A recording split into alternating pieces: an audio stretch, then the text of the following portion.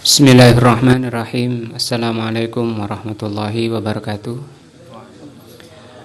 Alhamdulillahirabbil alamin wa bihi nasta'in ala umuri dunya waddin. Asyhadu an la ilaha illallah wa asyhadu anna Muhammadan abduhu wa rasuluh. Allahumma shalli ala Muhammadin wa ala alihi wa sahbihi ajmain.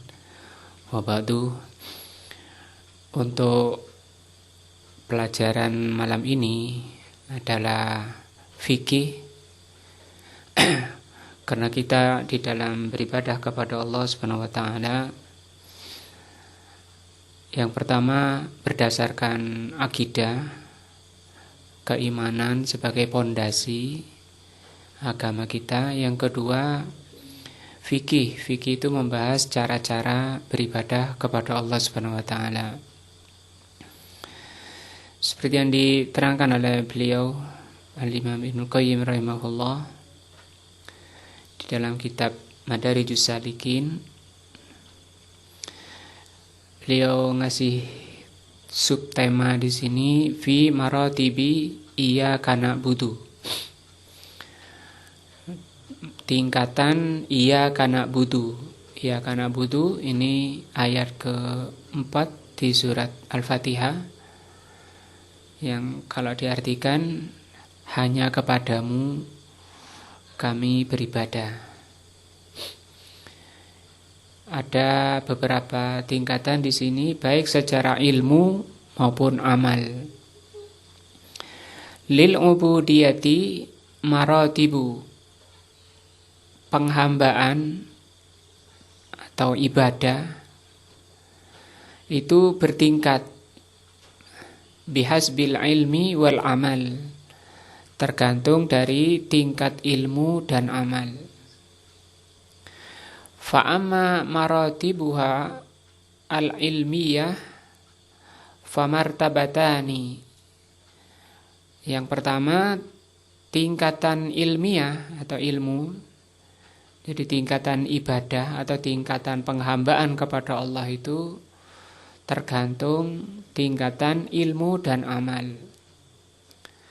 Ilmu sendiri itu juga ada dua tingkatan. Ihdahuma, yang pertama al-ilmu billah. Ini tentang akidah sebagai dasar daripada yang kedua. Wasaniyatu, yang kedua al-ilmu bidinihi, ilmu tentang agamanya.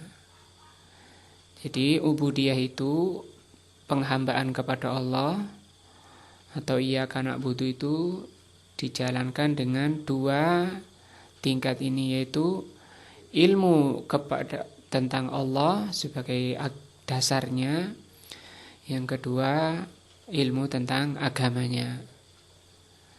Termasuk fikih itu membahas tentang cara masalah agamanya ini, ilmu tentang agamanya. Mulai dari bagaimana berwudu, sholat, dan seterusnya dari rukun Islam, itu dibahas di yang kedua.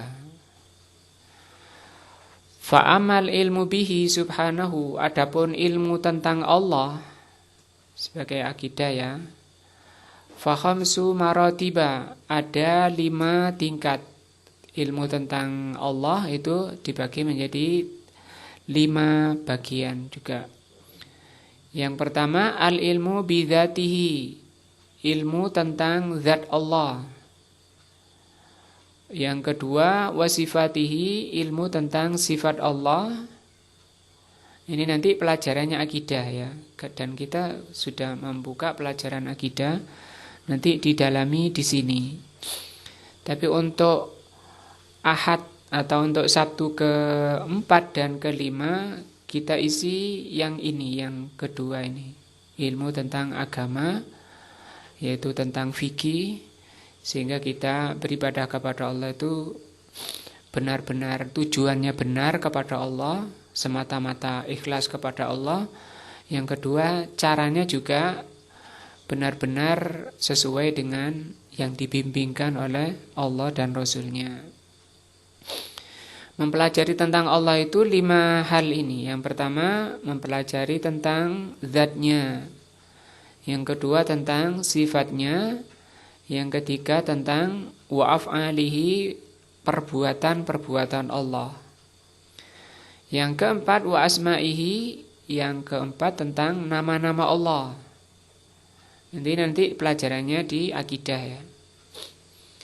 Wa tanzihihi amma la yaliqu bihi, yang kelima tentang Allah itu adalah mempelajari tentang tanzih. Tanzih itu perkara-perkara yang membersihkan Allah Subhanahu wa taala dari sifat-sifat yang tidak pantas bagi Allah Subhanahu wa taala.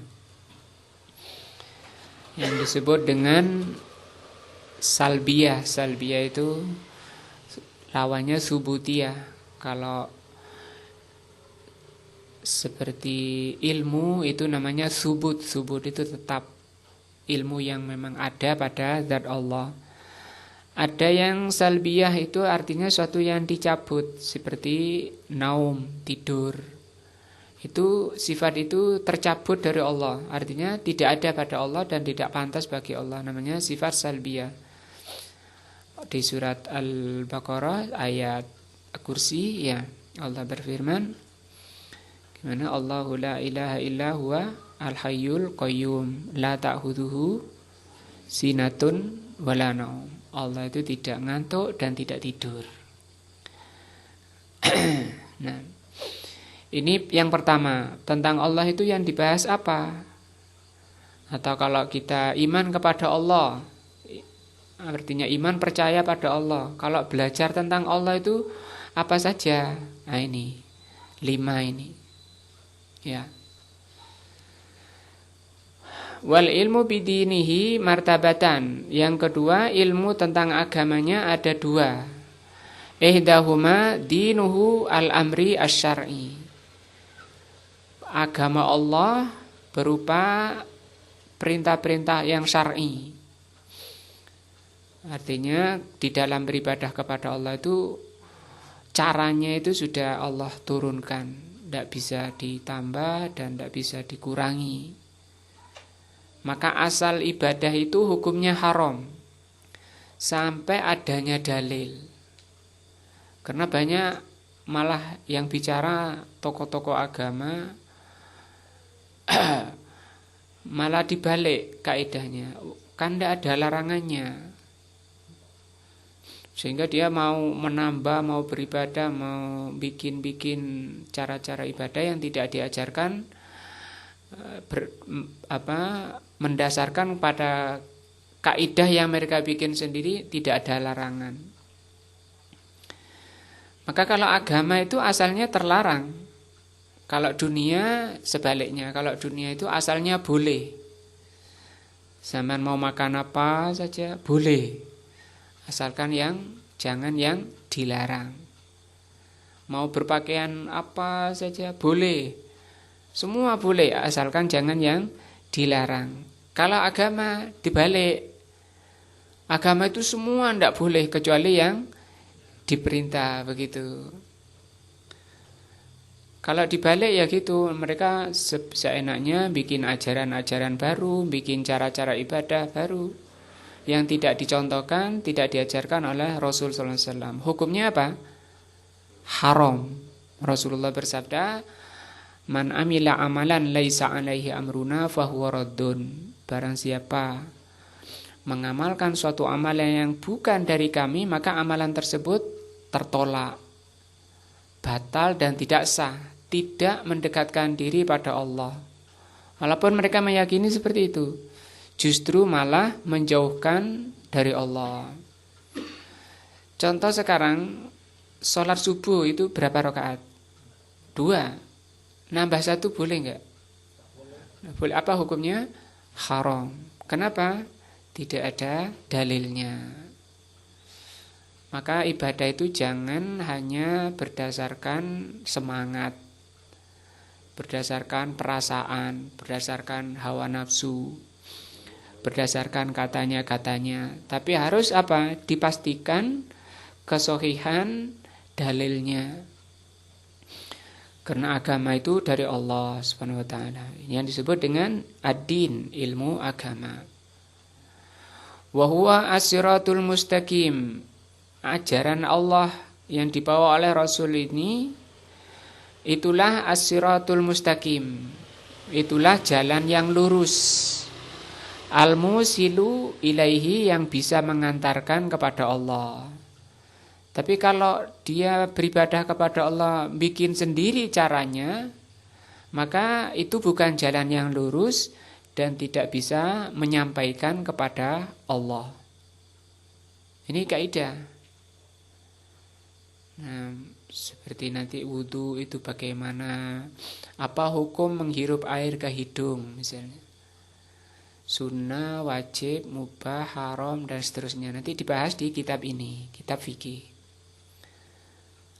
Nah, masih bahas kaidah ini ya. Wasaniyatu, yang kedua dalam masalah agama, dinuhu al-jazai, disebut jazai. Jazai itu balasan.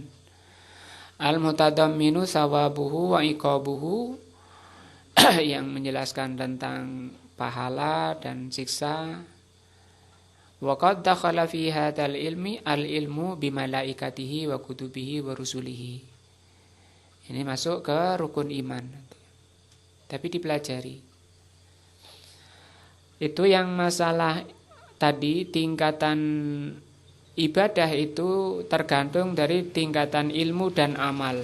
Tentang ilmu itu tadi, ada ilmu tentang Allah, ada ilmu tentang agamanya. Mempelajari tentang Allah tadi ada 5, mempelajari tentang agamanya ada 2. Yang kedua, wa amma maratibuha al-amaliyah. Adapun tingkatan amaliyah, kalau ilmu itu ilmu, pemahaman, kalau amaliyah ini amalan. Nah, walaupun nanti amalan masih dibagi 2, ada amalan hati, ada amalan jadi amalan itu ada 4, amalan ucapan hati dan ucapan lisan, amalan juga amalan hati dan amalan anggota badan. Ada 4 itu. Ucapan hati dan ucapan lisan, yang ketiga amalan hati dan amalan anggota badan. Yang kedua, tingkatan ibadah berdasarkan amaliyahnya. Kalau tadi berdasarkan ilmunya.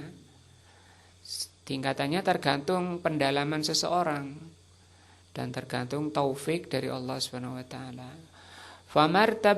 Famartabatan, amaliyah itu tingkatannya ada 2 tingkatan.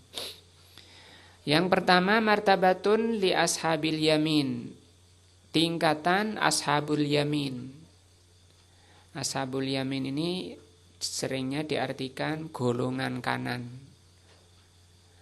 Ya, golongan kanan di surat Al-Waqiah ya. Manusia itu dibagi 3. Wa kuntum azwajan salasah. Fa ashabul maimana, wa ashabul maimana, wa ashabul mas'amah, wasabiqun asabiqun. Ya. Ada golongan kanan, ini ashabul yamin, ada golongan kiri, ada asabiqun al-awwalun. Yang di sini dibagi 2. Karena ini orang yang mengamalkan agama ini, makanya cuma dibagi 2. Yang golongan ketiga enggak termasuk ke sini. Ya. Golongan yang zalim, golongan yang jelek, itu orang-orang yang tidak mengamalkan agama. Ini yang mengamalkan agama atau yang beribadah atau amalan ibadah itu di tingkat dari amaliyahnya, dilihat dari tingkat amaliyahnya ada 2. Yang pertama disebut golongan ashabul yamin, golongan kanan. Wa martabatun, yang kedua golongan lisabiqin al-muqarrabin, as-sabiqun al-awwalun. As-sabiqun di surah Al-Waqiah itu as-sabiqun disebut sabiqun ini. Yang tertinggi itu ini as-sabiqun al-muqarrabun. Fa amma martabatu ashabil yamin, golongan kanan itu orangnya bagaimana? Ini tingkat dilihat dari sisi amaliyah agama atau orang yang menjalankan agama.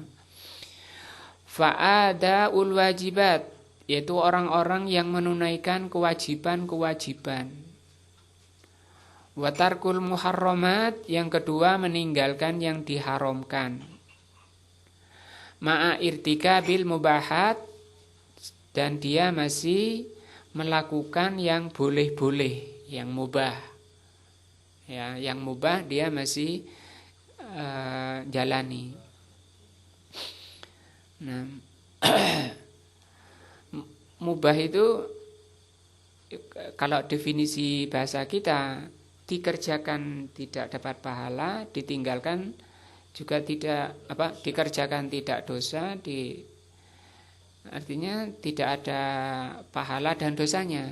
Itu namanya mubah. Bahasa Indonesianya boleh. Wa ba'dul makruhat, ashabul yamin ini, golongan kanan ini juga masih kadang mengerjakan yang makruh. Apa makruh? Yang dibenci. Artinya ditinggalkannya itu lebih dapat pahala, dikerjakannya tidak berdosa. Itu makruh ya. Nah, watarku ba'dul mustahibat, dan meninggalkan sebagian atau kadang meninggalkan yang sunnah-sunnah. Yang sunnah-sunnah seperti rawatib, puasa sunnah dan seterusnya masih meninggalkan. Nah, ini namanya apa? Golongan kanan. Yang golongan lebih tinggi, di golongan manusia yang lebih tinggi dari golongan kanan ini, martabatul muqarrabin, golongan orang yang dekat. Muqarrabun itu dekat. Fal qiyamu bil wajibati wal mandubat, yaitu orang-orang yang sudah mampu melaksanakan yang diwajibkan dan yang sunnah. Kalau tadi kan kadang meninggalkan, kadang enggak, yang golongan kanan. Kalau ini sudah kewajiban itu dia sumpek kalau ditinggalkan, gelisah, kayak ada yang kurang gitu. Nah, watarkul muharramat, dan meninggalkan yang diharamkan, wal makruhat. Kalau tadi kan yang golongan kanan kadang masih mengerjakan yang makruh ya. Kalau ini sudah mampu meninggalkan yang makruh. Apa misalnya makruh? Kalau jengkol apa? Makan jengkol. Rokok bukan makruh, haram. Yang makruh apa? Contohnya makan berambang.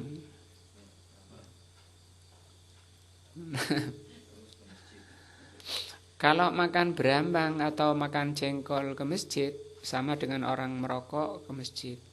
Orang makan jengkol, hukumnya jengkol apa? Halal.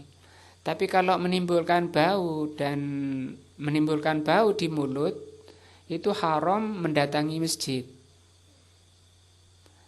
Karena jengkol itu baunya lebih parah dari berambang. Sementara Rasul atau mengatakan dengan keras, barang siapa yang makan berambang, jangan sekali-kali mendekati masjid kami. Larangan keras, artinya hukumnya haram datang ke masjid. Terus kalau nggak ke masjid gimana? Sholat di rumah boleh nggak?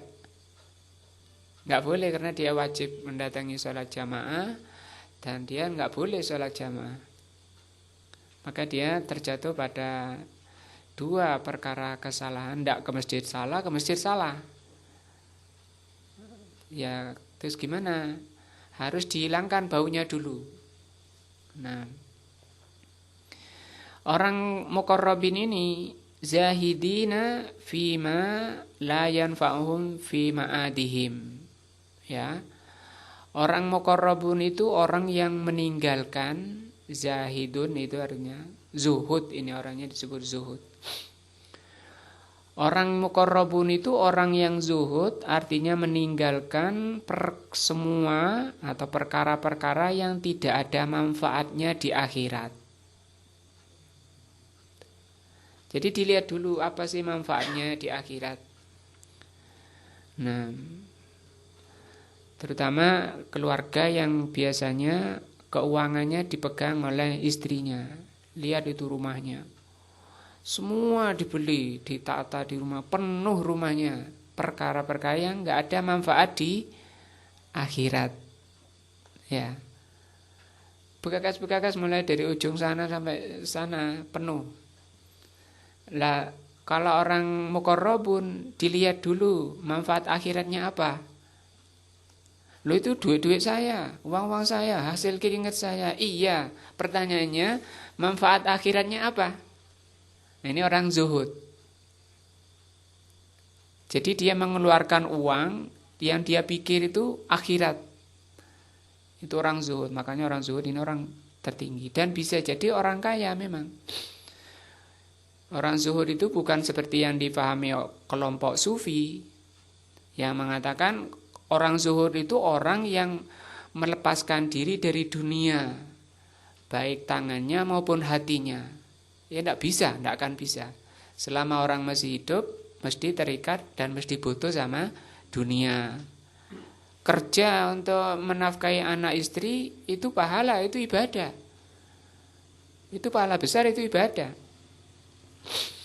Dan tidak dikatakan bukan masuk ke dalam makna zuhud.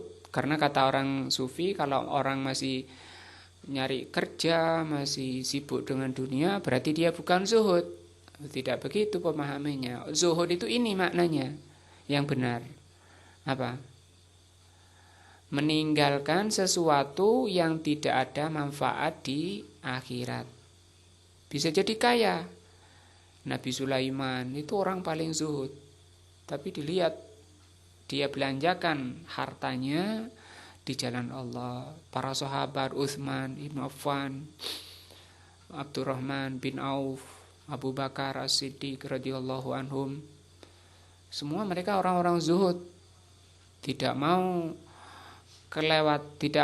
keluar hartanya sia-sia tanpa ada manfaat di akhiratnya. Mutawarri'in yang kedua, yang selanjutnya orang muqarrabin itu, tingkat golongan muqarrabun itu mutawarri'in. Mutawarri'in ini di bawahnya zuhud. Mutawarri'in itu bahasa Indonesianya warok. Ada orang zuhud, ada orang warok. Orang warok itu kalau secara agama memang ada warok. Bukan pemahamannya orang Jawa. Warok itu tidak tedas dibacok. Nah, makan beling itu warok. Makan kaca itu warok. Minum racun, tidak sholat, tidak apa, itu warok. Rambutnya gondrong, tidak pernah mandi. Bukan itu warok. Warok itu ini artinya mutawarri'ina amma yakhafuna daruruhu. Orang warok itu orang yang meninggalkan sesuatu yang membahayakan akhiratnya. Lebih tinggi mana? Zuhud apa warok? Zuhud. Zuhud lebih tinggi. Coba, kalau warok, orang yang meninggalkan sesuatu yang membahayakan akhirat. Jadi tadi masih belanja apa saja, wong itu halal. Tidak dosa, bukan haram. Tidak ada bahaya. Ke akhirat saya itu tidak bahaya. Mau rumah saya tak buat miring, buat kenceng, buat tingkat berapa, itu uang-uang saya. Mau beli mobil berapa, sejauh pandangan mata mobil saya, enggak apa-apa, uang saya, hasil keringat saya. Itu namanya apa? Warok. Warok itu meninggalkan sesuatu yang membahayakan akhirat. Tapi kalau zuhud tidak seperti itu. Zuhud meninggalkan perkara yang tidak ada manfaat akhiratnya. Gaya apa mobil sejauh pandangan mata itu buat apa? Akhiratnya apa? Nah, wa khasatuhum, lebih tinggi lagi dari muqarrabun, lebih mendalam orang-orang golongan kedua ini. Qad inqalabat al-mubahat fi hakim at-ta'at. Perkara-perkara mubah bagi orang yang muqarrabun itu mereka pindah ya ke dalam bentuk ketaatan. Wa qurubat bin niyah, dan pendekatan dengan niat. Jadi yang mubah bagi orang-orang yang ashabul yamin, golongan kanan itu ya mubah. Nah, mungkin lebih pas itu contohnya makan ya, makan misalnya. Makan mubah kan, makan itu ya, pokoknya jangan yang haram, makan mubah. Tapi bagi orang yang golongan muqarrabin ini, dia makan itu bisa menjadi ketaatan. Kenapa saya makan? Supaya saya bisa ibadah. Saya niat makan supaya saya badan kuat, bisa menjalankan ibadah dengan sempurna. Karena kalau saya lemes, nanti saya dredeg, gemetar, nanti berdirinya saya menclek misalnya. Ya, gak sempurna. Maka saya makan yang banyak, tapi gak kebanyakan, karena kalau kebanyakan ngantuk, gak bisa bangun. Nah, jadi di sini yang mubah saja, yang hukumnya asalnya tidak ada pahalanya, bagi orang muqarrabun itu bisa dipindah menjadi ketaatan, bisa menjadi pendekatan diri kepada Allah dan mendapat pahala dalam melaksanakan yang mubah-mubah. Nah, falaisa fi haqqihim mubahun mustawiyat tarafain, sehingga bagi orang golongan muqarrabun itu tidak ada yang enggak ada nilainya. Walaupun itu perkara yang mubah tadi, minum misalnya. Nah, makan dan seterusnya. Bal kullu a'malihim rajihatun. Semua amalannya orang muqarrabun itu betul-betul ditata niatnya dalam rangka untuk mendapatkan pahala. Nah, wa man dunahum yatrukul mubahat mustagilan anha bil ibadah. Sementara selain orang golongan muqarrabun ini meninggalkan yang mubah karena dianggap yang mubah itu menyibukkan dari ibadah. Nah, wa haula'i ya'tunaha ta'atun wa qurbat. Tapi orang golongan ini tetap menjalani yang mubah-mubah, tapi bisa dipindah, bisa ditingkatkan. Bagaimana meningkatkannya? Dengan cara meluruskan niat, bisa bernilai ibadah.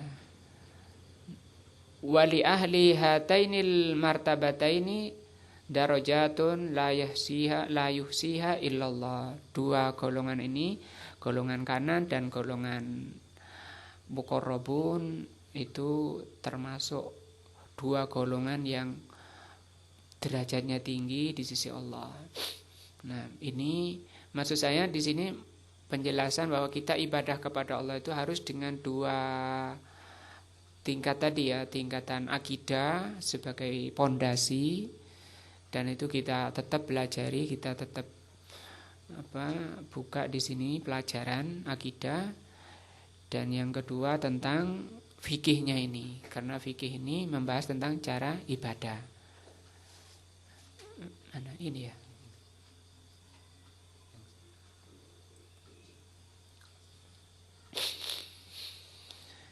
Nah, kitab ini nama kitabnya adalah Umdatul Ahkam.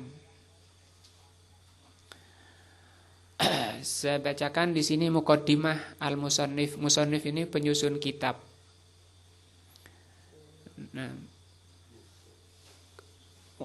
kita muqaddimatul musannif, pengantar atau muqaddimah dari penulis kitab. Qala al-musannifu, berkata musannif rahimahullah, qala asy-syaikhu al-hafidhu, itu syekh al-hafidh, hafidhu yang hafidh hafal ya.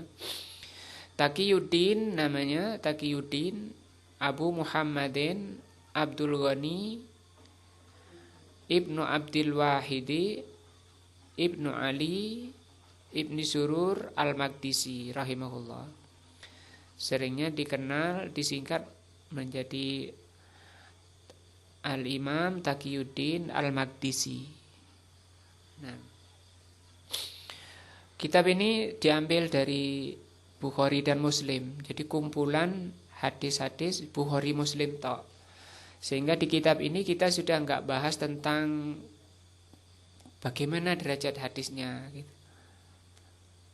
Karena banyak kitab fikih yang juga dari hadis seperti Bulughul Maram. Itu juga kitab hadis, tapi di sana masih dibahas tentang derajat hadisnya. Sementara di kitab ini sudah kita langsung ke apa? Pemahaman hadisnya, ke fikih hadisnya, pelajaran hadisnya. Sudah tidak bahas lagi tentang apanya?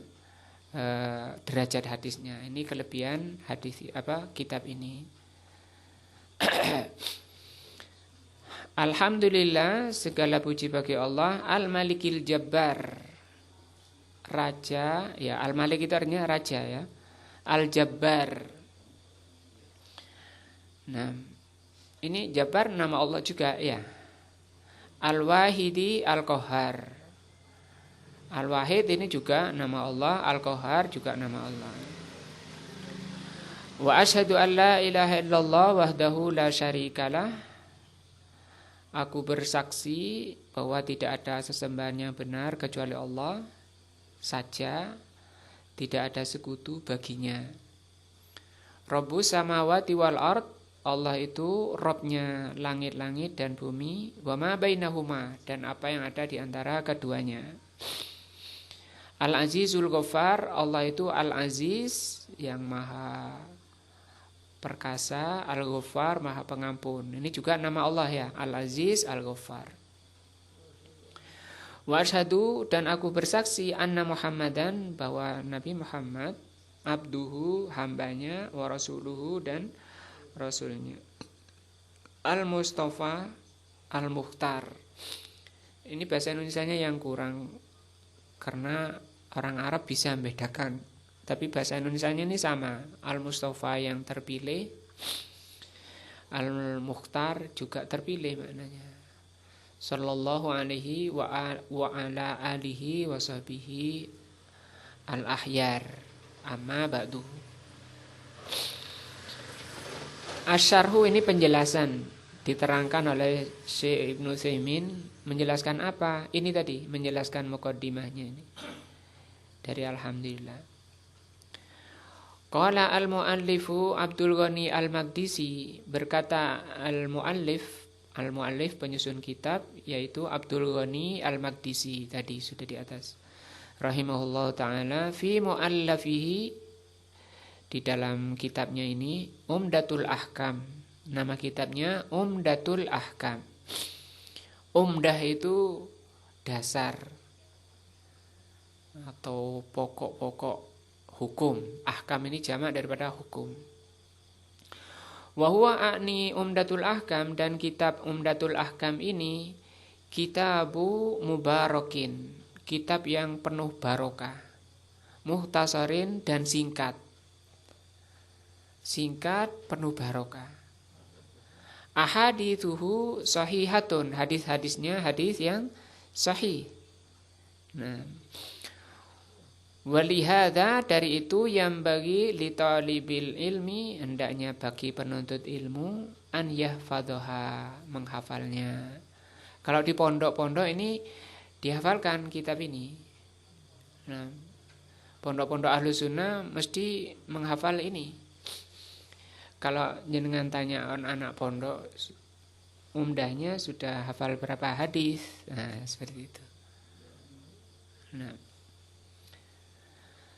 Li'annahu la yatakallafu inaan, karena tidak memberatkan fi maraji'atil ahadits ketika mau murojaah, dan juga tidak memberatkan asahihatun amla, tidak perlu dibahas lagi hadisnya sahih atau enggak, karena memang kitab ini kitab hadis sahih. Wa'lam anna sunnata, ketahuilah bahwasanya sunnah, karena kitab ini membahas tentang hadis-hadis saja. Hiya asyikutsani, sunnah itu syikutsani, belahan kedua. Syik itu belahan. Nah, ada pinang dibelah, ada dalam hadis itu, jagalah dirimu dari api neraka walaupun bisik kitamrin, walaupun hanya dengan sebelah biji kurma. As-sunnah itu merupakan belahan kedua min usuliddin al-islami. Dasar agama itu ada dua belahan gitu. Belahan pertamanya adalah sunnah. Fahiyya asyikutsani, maka sunnah itu belahan yang kedua, belahan dasar agama. Jadi dasar-dasar agama terjadi menjadi dua, dibelah menjadi dua. Belahan pertamanya adalah sunnah. Sunnah sendiri itu apa-apa yang datang dari Nabi, baik ucapannya, perbuatannya, cita-citanya, penetapannya. Walakinaha min haitsul qabul, hanya saja walaupun ini belahan kedua, as-sunnah itu belahan kedua, ditinjau dari sisi diterimanya, bimartabatil Quran, sama dengan Al-Quran. Tidak boleh oh ini Al-Quran, saya lebih srek kalau Al-Quran misalnya. Itu enggak. Kalau dari sunnah, wah kurang saya misalnya. Itu enggak boleh seperti itu. Harus sama. Selama hadisnya sahih, maka sama posisi posisi diterimanya nas itu sama. Karena nas as-sunnah ini juga wahyu. Li'annal kulla, karena semuanya ini apa? Al-Quran dan sunnah syar'un, merupakan syariat. Jadi syariat Allah itu ada dua dasar, yaitu Al-Quran dan sunnah. Fahuma aslani, keduanya merupakan dua dasar, dua sumber. Mustawiyani, yang derajatnya sama. Fi wujubil amal, tentang wajibnya pengamalan. Tidak boleh kalau dari sunnah, dari hadis, kemudian dinomor duakan. Misalnya jumlah rakaat itu ada ayatnya enggak? Ada hadisnya enggak? Ayatnya enggak ada. Di Al-Quran enggak ada. Subuh 2 rakaat, mana ayatnya? Enggak ada. Adanya di mana? Di sunnah. Lah menjalani sunnah, yaitu sholat subuh 2 rakaat itu hukumnya apa? Wajib. Tidak boleh karena ini hanya dari sunnah, wes saya sholat 3 rakaat saja kan masih pagi biar sehat misalnya, tak tambahi misalnya. Loh, sunnahnya tidak seperti itu kan sunnah. Sunnah itu katanya dikerjakan dapat pahala, tidak dikerjakan nggak apa-apa. Tidak seperti itu salah di dalam memahami sunnah. Maka sunnah itu bisa menjadi hukumnya sama dengan Al-Quran. Watadkikil khobar, demikian juga kejelian khobarnya, penerimaan kepercayaan kita tentang khobarnya juga harus sama. Persentasi kita di dalam membenarkan khobar itu sama. Tidak boleh kalau Al-Quran itu saya lebih percaya, kalau sunnah kurang misalnya. Enggak boleh seperti itu. Walakin al-mustadillu bil Quran la yahtaju ila an-nazar fil istidlal. Bedanya apa? Kalau Al-Quran itu tidak butuh lagi untuk peninjauan. Peninjauan tentang apa? Hal huwa sahihun au ghairu sahih. Bedanya gini aja, kalau Al-Quran itu memang sudah dipastikan kesohihannya. Tidak perlu ditanya lagi ayat ini sahih apa enggak. Tidak ada pertanyaan itu. Wala yahtaju ilan nazar fis sanad, tidak perlu lagi dilihat sanadnya. Itu kalau Al-Quran. Kenapa? Li'annal Qur'ana qad nukila naqlan mutawatiron. Karena Al-Quran itu dinukil dengan penukilan mutawatir. Mutawatir ini istilah hadis, yaitu perawihan hadisnya itu yang mendengar dari Nabi itu banyak. Sehingga tidak dimungkinkan ada yang berbohong. Nah, sehingga dari banyaknya itu tidak mungkin kemudian ada yang berbohong. Itu namanya hadis mutawatir. Ya'khudhuhu al-asaghiru anil akabir. Yang kecil mengambil dari yang besar. Wal ami anil alim, orang awam mengambil dari alim. Fala yahtaju an yandura. Ini kalau Al-Qur'an semua sudah sepakat. Sudah enggak perlu lagi tanya misalnya, Ustaz, itu ayatnya ini gimana? Sanadnya bagaimana ayat ini? Itu enggak ada lagi pertanyaan-pertanyaan. Fala yahtaju an nandura hal hadza sahihun aw ghairi sahih. Itu kelebihan kitab ini, bahwa sunnah ini termasuk posisi diterimanya sama dengan Al-Quran, ya. Bedanya itu saja.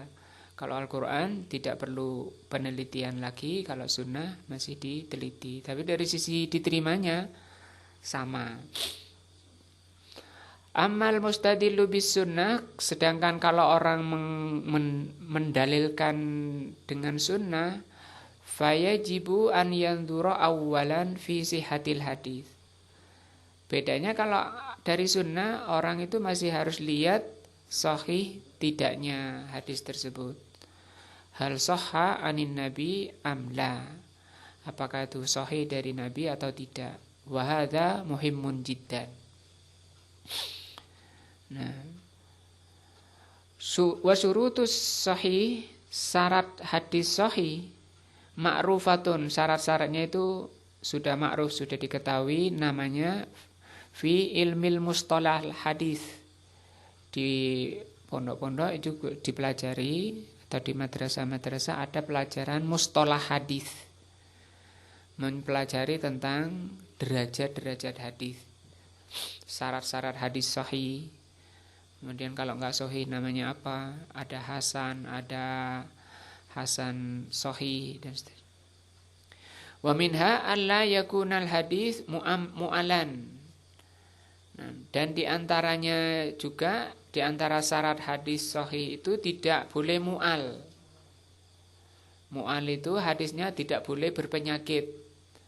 Ini di mustalah hadis itu dipelajari apa saja penyakit-penyakit hadis sehingga keluar dari sahih. Wala syadzan, dan tidak boleh hadisnya itu syadz. Syadz ini juga termasuk penyakit yang nanti bisa mengeluarkan hadis tersebut dari sahih menjadi tidak. Di antaranya hadis syadz itu yang ini, gerakan jari bagi orang yang tasyahud itu. Nah, kalau syadz itu keluar dari sahih. Nah, biqad in nadar anin an ittisalis sanad. Nah, au adami ittisalihi, yaitu dengan memastikan peninjauan bersambung atau tidak sanadnya. Sanad itu apa, sambungan dari perawi sampai ke dari yang nulis hadis, misalnya Imam Bukhari sampai ke Rasul, itu namanya sanad. Nah, fala tadunnu anna kulla haditsin sahha ittisaluhu yakunu sahihan. Ada kalanya hadis itu walaupun sanadnya itu bersambung, perawinya bersambung sampai ke Nabi, itu belum bisa dikatakan hadisnya sahih. Li'anna ma'ana syarton akhar, karena masih butuh syarat yang lain. Wa huwa an yakuna saliman minasyudud wal illah, yaitu tadi selamat dari mu'al, dari penyakit-penyakit, dan selamat dari syad. Nah, faqad yakunul hadis syadan, ada kalanya hadisnya itu syad. Nah, syad itu artinya orang ini nyeleneh sendiri. Misalnya di sini yang ngaji ke saya itu 10 orang. Nanti dari 10 orang ini ucapannya sama karena mendengar dari saya. Kata Ustadz ini bahwa kata Ustadz kita ini bahwa masalah ini halal misalnya. Tapi kemudian dari murid saya yang satu mengatakan haram. Padahal satu pertemuan dia hadir di situ bersama, satu orang ini kok nyimpang, nyeleneh, bertentangan dengan yang lebih banyak. Nah, itu namanya hadis apa? Syadz.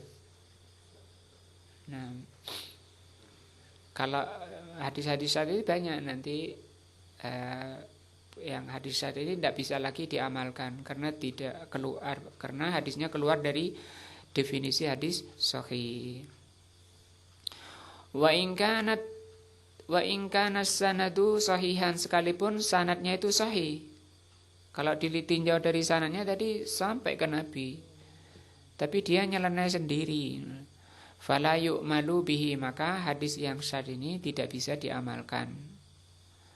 Wa qad yakunu dhahiruhu as-sihah, ada kalanya hadis itu secara zahir sahih, lakin fihi illah qadhihah, tapi di sana masih ada penyakit-penyakit yang jelas yang bisa menghilangkan kesohihan.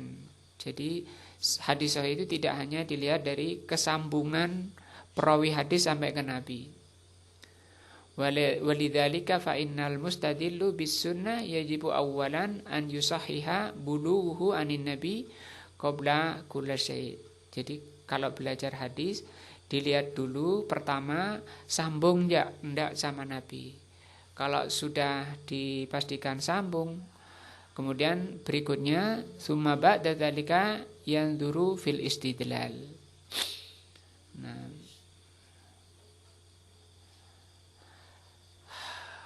wa kitabul umdah qad kafana al-mu'nata wal ina fil bahsi an maddi sihhatil hadis. Enaknya kitab ini kita tidak akan bahas masalah-masalah penyakit-penyakit ini hadis, karena ini sudah hadis-hadis sahih semua. Kita nggak akan pelajari penyakit-penyakitnya, syad-syadnya tadi, syad tadi nggak belajar, sanad-sanadnya nggak belajar, jadi langsung ke pemahaman hadisnya. Itu kelebihan kitab umdah ini. Nah, qauluhu al-maliku tadi ya, alhamdulillahi al-malikul jabbar ya. Al-malik, apa artinya al-malik? Di sini artinya ai dzil mulki wasultah. Dzil mulki yang memiliki kerajaan, wasultah dan kekuasaan. Wa huwa ablagu minal maliki. Malik atau mulki di sini artinya malik ya. Mulki, kerajaan dan kekuasaan itu lebih tinggi daripada malik. Min wajhin, dari satu sisi lebih tinggi daripada malik. Coba di sini malik pendek ya bacanya. Al malik. Kalau ini malik. Apa bedanya? Kalau pendek raja. Kalau ini panjang pemilik atau yang memiliki.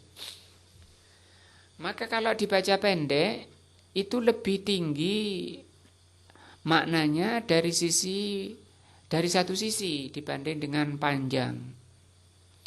Wal maliku abla minhu min wajhin akhar. Tapi malik juga punya kelebihan lebih tinggi dari sisi yang lain. Fal maliku Seperti Al-Malik, raja, Dzus Sultah Al-Kamilah. Adapun raja, ya, itu pemilik kekuasaan yang sempurna. Alladzi la yu'ariduhu ahadun, yang tidak bisa diimbangi oleh yang lain, oleh bawahnya raja. Wal maliku, sementara malik, huwa alladzi yatasarrafu wa yaf'alu wa yudabbiru. Kalau pemilik, dia yang mengatur, yatasarrafu itu berbuat, wa yaf'alu ya berbuat, wa yudabbiru dan mengurusi.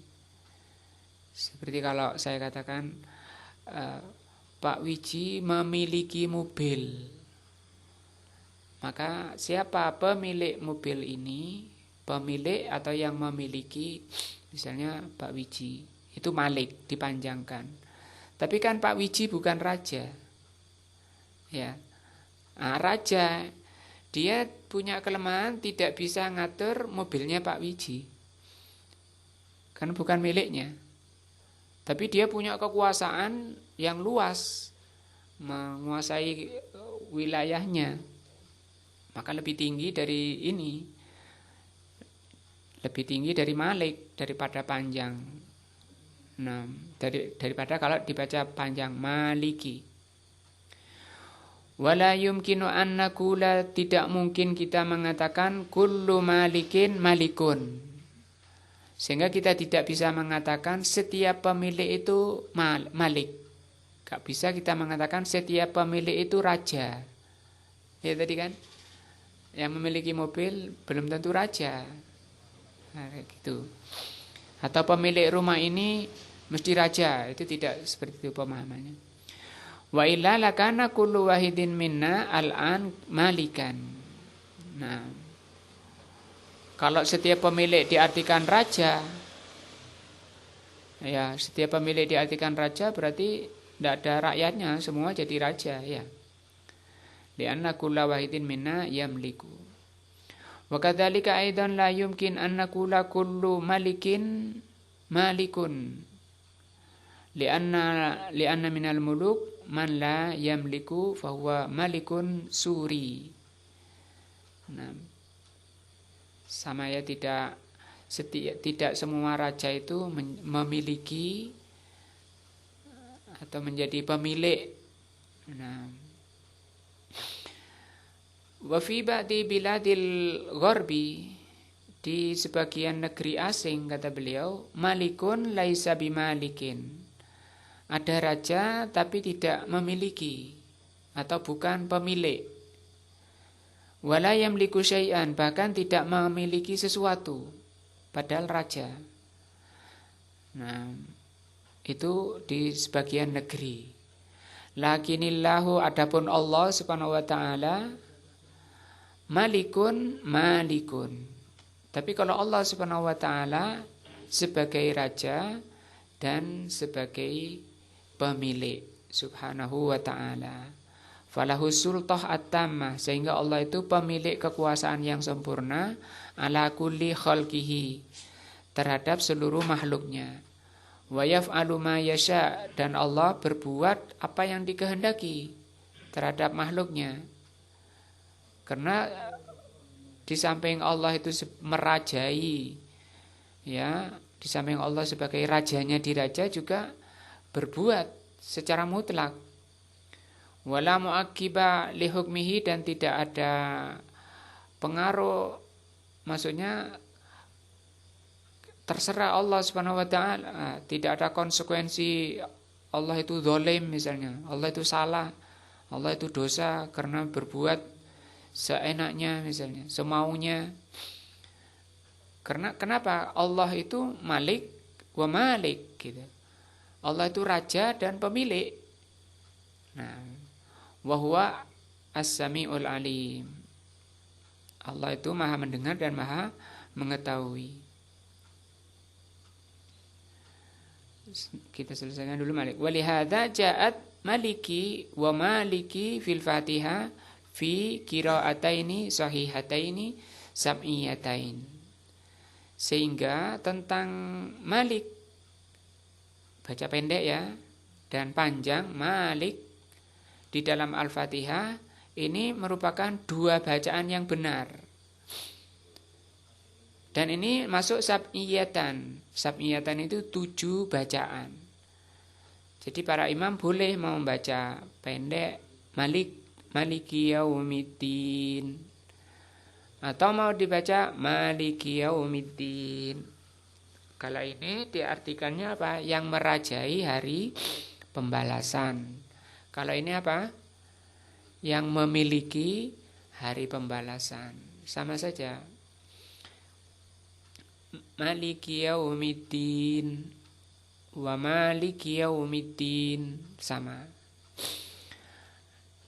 Bahkan sebagian ulama, kalau saya di sini hendaknya membaca ini gantian misalnya. Artinya imam itu tidak baca panjang panjang terus, tapi sekali-kali baca pendek. Kenapa? Li ajli an yusbita bisarihil ibarati, supaya untuk menegaskan bahwa Allah itu ya raja, ya pemilik gitu. Dan karena ini sama-sama boleh supaya tidak hilang salah satunya, sehingga salah satunya, kedua-duanya, yang kebenaran kedua-duanya ini terjaga dan teramalkan. Walaupun misalnya nanti makmumnya tanya, diterangkan. Nah, kalau belum jelas biasanya timbul kacau ribut. Kalau dikhawatirkan ribut, ditinggalkan, dihindari dulu. Anna Rabba azza wa jal malikun wa malikun. Malikun. Jadi kenapa ini boleh dibaca pendek panjang? Untuk memperjelas, menetapkan bahwa Allah itu apa? Malikun, raja, malikun, yang memiliki. Nah, itu penjelasan dan muqaddimah tadi. Alhamdulillahi apa? Malikul Jabbar.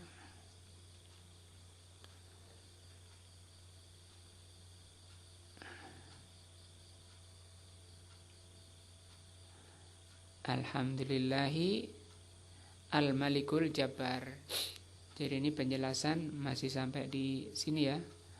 Al-Malik ya. Insyaallah pertemuan berikutnya Al-Jabbar.